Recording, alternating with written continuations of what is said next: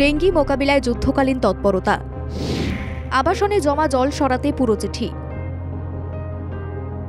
বর্ষায় জল জমলেই ডেঙ্গি ম্যালেরিয়ার প্রকোপ বাড়ে, তাই শহরবাসীকে সুরক্ষিত রাখার জন্য পুরো প্রশাসন দ্বিমুখী কৌশল নেয়।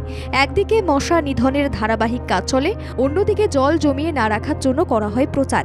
এই অবস্থায় ভরা বর্ষায় শহরের নানা অংশে জল জমায় যুদ্ধকালীন তৎপরতায় রোগ মোকাবিলায় নামছে কলকাতা পুরসভা।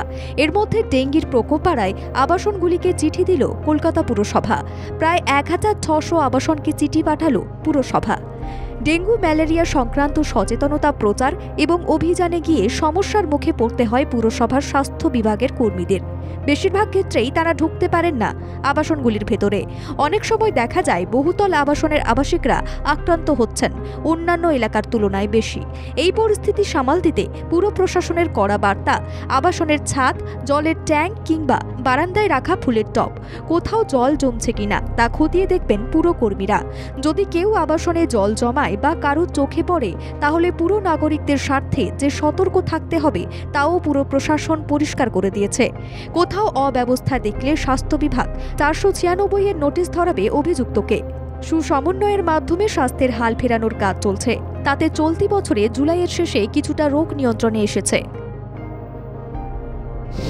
২০২৩ সালে ম্যালেরিয়া আক্রান্তের সংখ্যা ২৩৩৮। ২০২৪ সালে ম্যালেরিয়া আক্রান্তের সংখ্যা ১,০৯৩। ম্যালেরিয়া আক্রান্তের সংখ্যা ৫৩% কমেছে। ২০২৩ সালে ডেঙ্গি আক্রান্তের সংখ্যা ৩৪১ জন। ২০২৪ সালে ডেঙ্গি আক্রান্ত ২০৪ জন। ডেঙ্গি আক্রান্তের সংখ্যা ৪০% কম। ডেপুটি মেয়র অতীন ঘোষ জানিয়েছেন, পুরসভা স্পেশাল টিম খতিয়ে দেখবে পরিস্থিতি। পুরসভার স্বাস্থ্যসম্মত পদক্ষেপের সুফল মিলছে বলে জানিয়েছেন ডেপুটি মেয়র। আমাদের শহরে ম্যালেরিয়া আক্রান্তর সংখ্যা হচ্ছে ১,০৯৩, যেটা গতবারে ছিল ২৩৩৮, মানে 53% কম। ডেঙ্গু আক্রান্তর সংখ্যা হচ্ছে ৩৪১, গতবারে ছিল, এখন ২০৪, 40% কম। এটা হচ্ছে শহরের বর্তমান পরিস্থিতি। ৮ই আগস্ট বৈঠকে বসছে কলকাতা পুরসভা। সেই বৈঠকে মশাবাহিত রোগ নিধনে একাধিক কর্মসূচি নেওয়া হবে বলে জানিয়েছেন অতীন ঘোষ।